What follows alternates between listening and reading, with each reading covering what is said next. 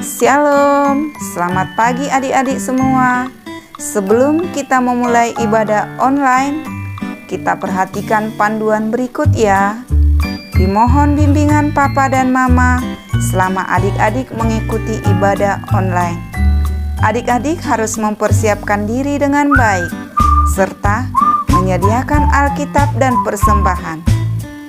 Adik-adik diharapkan mengikuti instruksi yang diberikan oleh kakak-kakak sekolah minggu dengan antusias. Adik-adik harus fokus dan tidak diperbolehkan melakukan kegiatan lain selama ibadah online. Selamat beribadah adik-adik semua. Tuhan Yesus memberkati.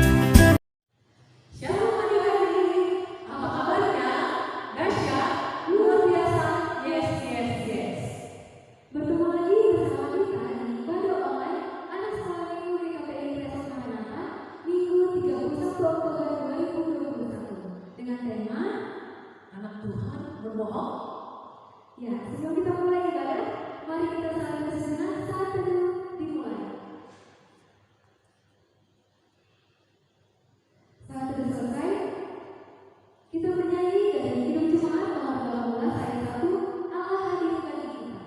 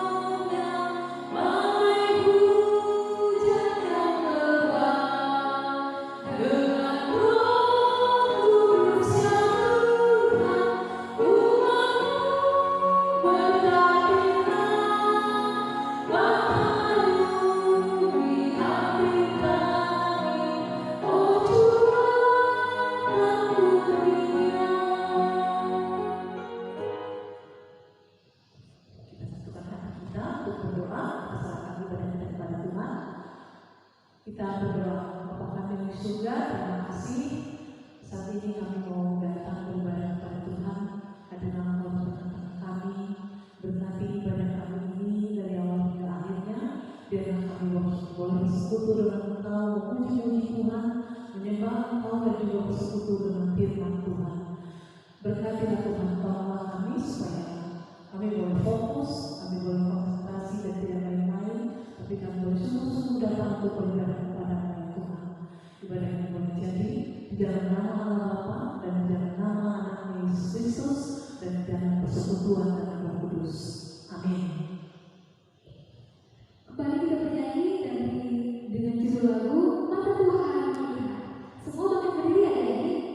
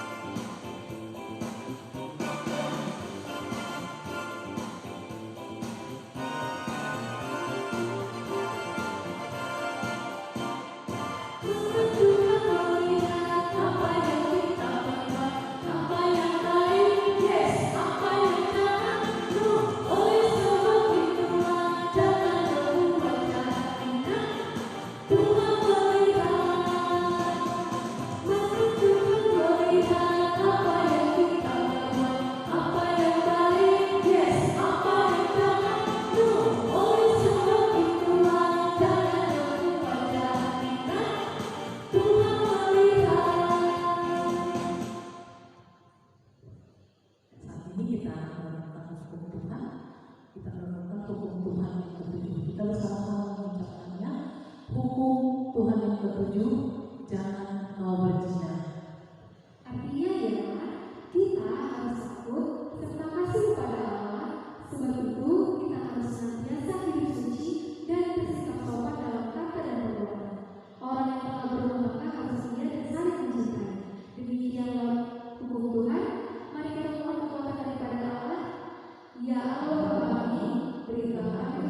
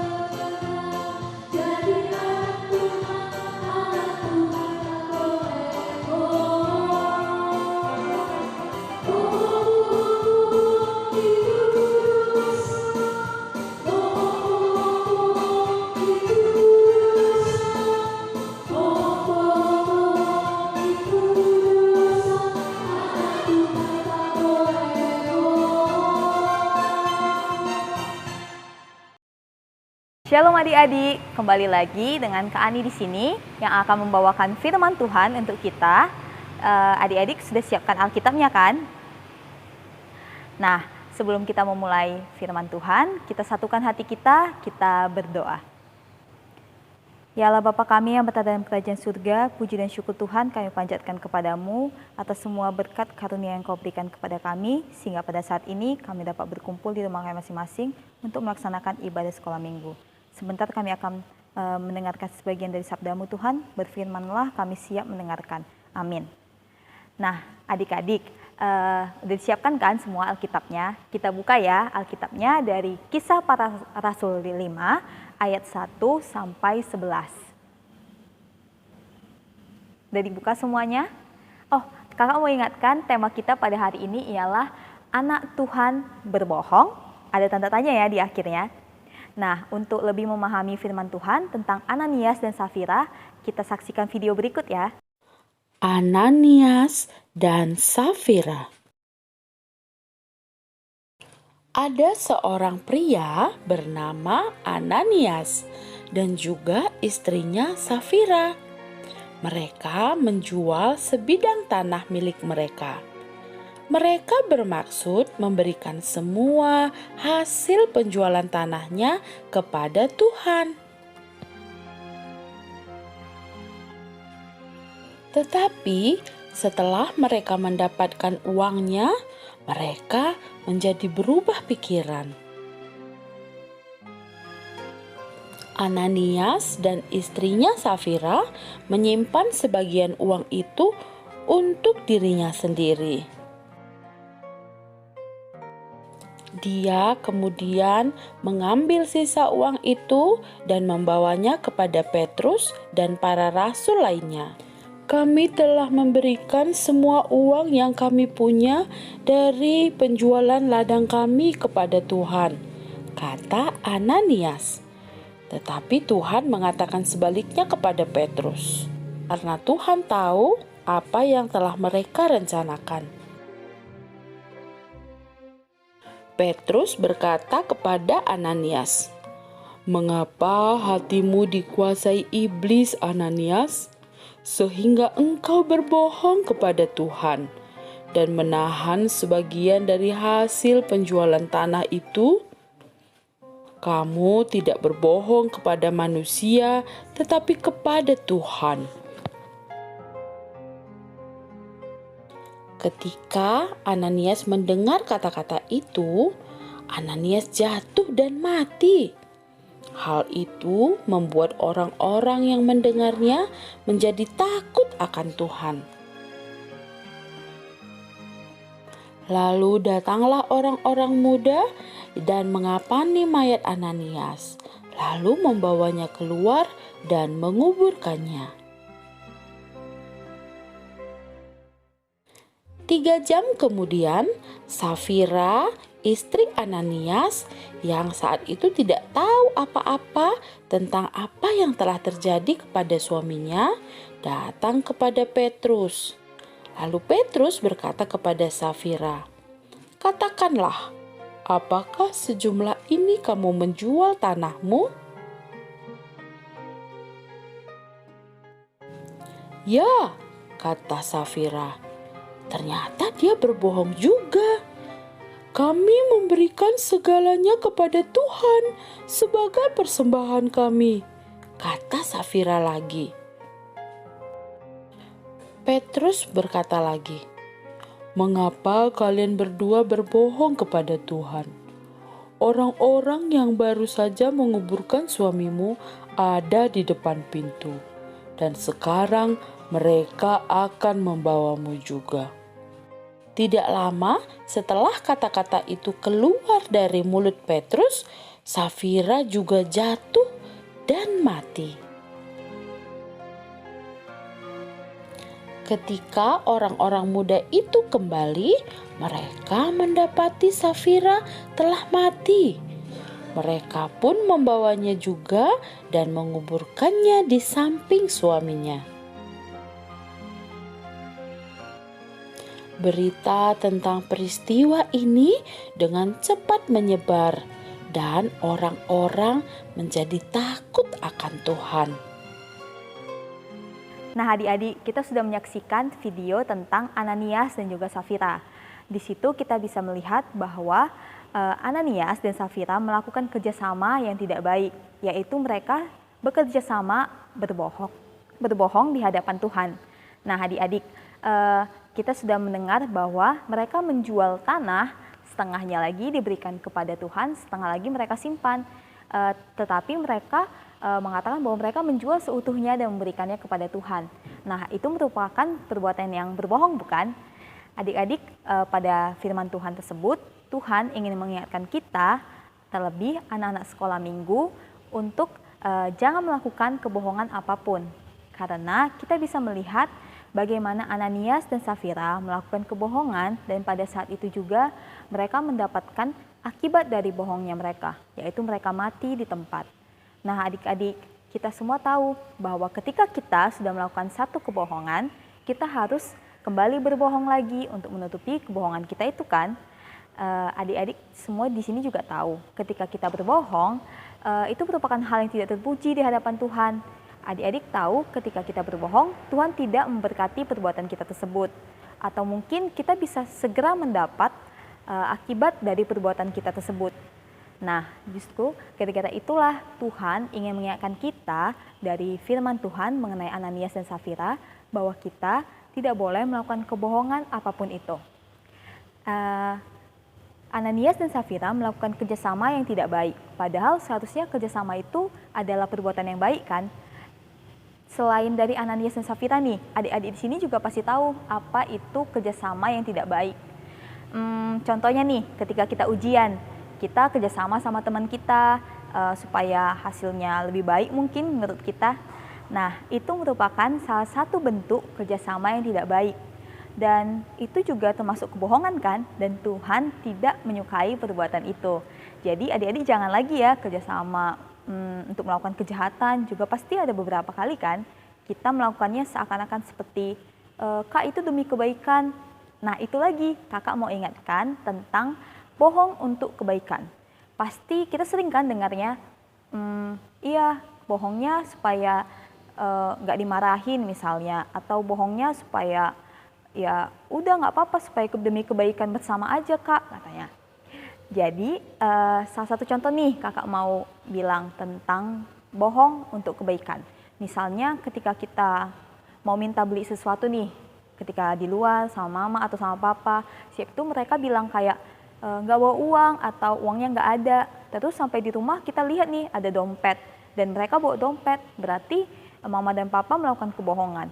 Dan itu memang kebaikan untuk kita, supaya kita jangan boros, supaya kita jangan menghaburkan uang, tapi kebaikannya itu untuk kita, tapi tetap bukan untuk Tuhan. Jadi adik-adik jangan pernah bersembunyi di balik kata bohong untuk kebaikan. Ada satu lagi nih tentang bohong kecil dan bohong besar. Adik-adik juga pasti sering kan kayak, kecil aja kok Kak bohongnya, nggak besar-besar kali, nggak banyak juga gitu. Nah, bohong kecil, bohong besar, atau bohong sedikit, bohong banyak, itu semua sama di hadapan Tuhan, sama-sama berbohong. Jadi sebaiknya kita menghindari hal-hal yang tidak disenangi oleh Tuhan. Memang kejujuran sulit sih dilakukan, tapi lebih baik kan daripada kita harus berbohong terus, kita harus berpikir keras, bohong apa lagi ya untuk menutupi kebohongan yang lalunya, kayak gitu. Nah adik-adik, sekali lagi Tuhan mau mengingatkan kita dari tema kita yaitu anak Tuhan berbohong. Ya jawabannya tidak kan, tidak boleh, anak Tuhan tidak boleh berbohong. Dari cerita Ananias dan Safira juga kita mau diingatkan Tuhan untuk tidak melakukan kebohongan apapun, karena kita tahu akibat dari kebohongan itu ialah maut. Demikianlah firman Tuhan. Sebelumnya kita mau ayat hafalan kita dulu dari Lukas 16 ayat 10a, yaitu barang siapa setia dalam perkara-perkara kecil, ia setia juga dalam perkara-perkara besar. Oke, dihafal ya adik-adik. Demikianlah firman Tuhan, kita sama-sama berdoa. Ya Allah Bapa kami yang berada dalam kerajaan surga, kami telah selesai Tuhan mendengarkan sebagian dari firman-Mu mengenai kebohongan. Bantu kami Tuhan, anak-anak sekolah minggu, agar kami dapat hidup dengan jujur, kami tidak melakukan kebohongan apapun Tuhan di dalam hidup kami, agar Engkau kiranya selalu memberkati langkah dan kegiatan kami apapun itu. Berkati anak-anak sekolah minggu Tuhan dalam persekolahan mereka, kiranya mereka dapat mengikuti pendidikan mereka apapun itu dengan baik. Berkati juga Tuhan orang tua kami dimanapun mereka berada, kiranya Engkau memberkati orang tua kami agar panjang umur, sehat dan juga sabar dalam mendidik kami selalu. Terima kasih Tuhan untuk firman yang baru saja Engkau sampaikan kepada kami, kiranya kami dapat melakukannya sesuai dengan kehendak-Mu di dalam hidup kami. Di dalam nama anak-Mu Yesus Kristus kami telah berdoa dan mengucap syukur. Amin. Saat ini kita melakukan persembahan. Siapkan semua persembahannya. Ayat persembahan bagi kita terambil dari 2 Korintus pasal yang ke-8 ayat yang ke-12. Sebab jika kamu rela untuk memberi, maka pemberianmu akan diterima. Kalau pemberianmu itu berdasarkan apa yang ada padamu, bukan berdasarkan apa yang tidak ada padamu. Kita berikan persembahan kita.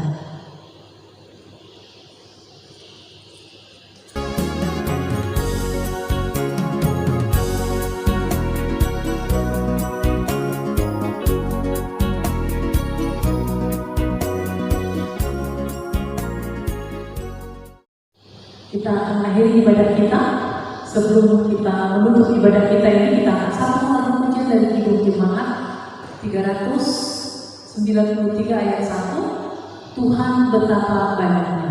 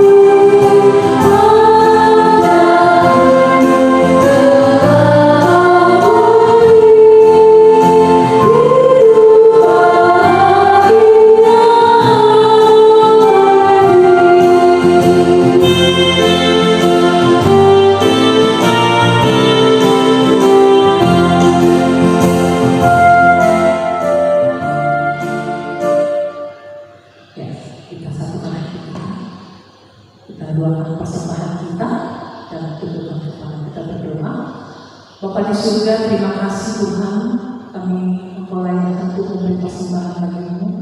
Terimalah Tuhan persembahan kami ini, sehingga boleh memuliakan Engkau ya Tuhan. Engkau pakai rupiah yang sudah dikumpulkan untuk memperlebar kerajaan-Mu di tengah dunia ini. Dan ajari kami Bapa supaya kami boleh memberi yang baik kepada Tuhan. Kami boleh memberi dengan ikhlas dan tulus, sehingga Engkau dipermuliakan lewat persembahan. Bapa di surga, kami juga kembali berdoa Tuhan. Biarlah Engkau Tuhan menolong kami supaya kami menjadi anak-anak yang boleh takut akan Tuhan, boleh memperhatikan firman Tuhan, dan kami mengatakan tidak ketika dunia ini mengajak kami untuk berbohong. Karena itu Tuhan perlengkapi kami dengan persenjataan yang daripada Tuhan, supaya ketika iblis memudahkan kami untuk berbohong, kami boleh katakan tidak. Karena itu Tuhan ajari kami senantiasa. Ajari kami dari sejak kecil Tuhan menjadi orang yang setia kepada Tuhan, menjadi orang yang menjadi orang firman-Mu ya Tuhan. Terima kasih Bapak, meneraikan firman Tuhan yang kita kami renungkan. Dan kami boleh menjadi anak-anak Tuhan yang sungguh luar biasa, boleh menadani dan selalu tiap-tiap waktu. Terima kasih Bapak yang Tuhan yang kami naikkan jalan. Hadirin yang kasih Tuhan, mari kita bersama-sama berdoa seperti Tuhan Yesus mengajarkan kita berdoa. Bapa kami yang di surga, dikuduskanlah nama-Mu, datanglah kerajaan-Mu, jadilah kehendak-Mu di bumi seperti di surga. Berikanlah kami pada hari ini makanan kami yang secukupnya, dan ampunilah kami akan kesalahan kami, seperti kami juga mengampuni orang yang bersalah kepada kami. Dan janganlah membawa kami ke dalam percobaan, tapi lepaskanlah kami daripada yang jahat, karena Engkau yang punya kerajaan dan kuasa dan kemuliaan sampai selama-lamanya. Amin. Hadirin yang dikasihi Tuhan, pulanglah dan terimalah berkat Tuhan. Tuhan memberkati kita dan menolong kita. Tuhan menyinari kita dengan wajah-Nya dan memberi kita kasih karunia. Tuhan menghadapkan wajah-Nya kepada kita dan memberi kita damai sejahtera. Amin.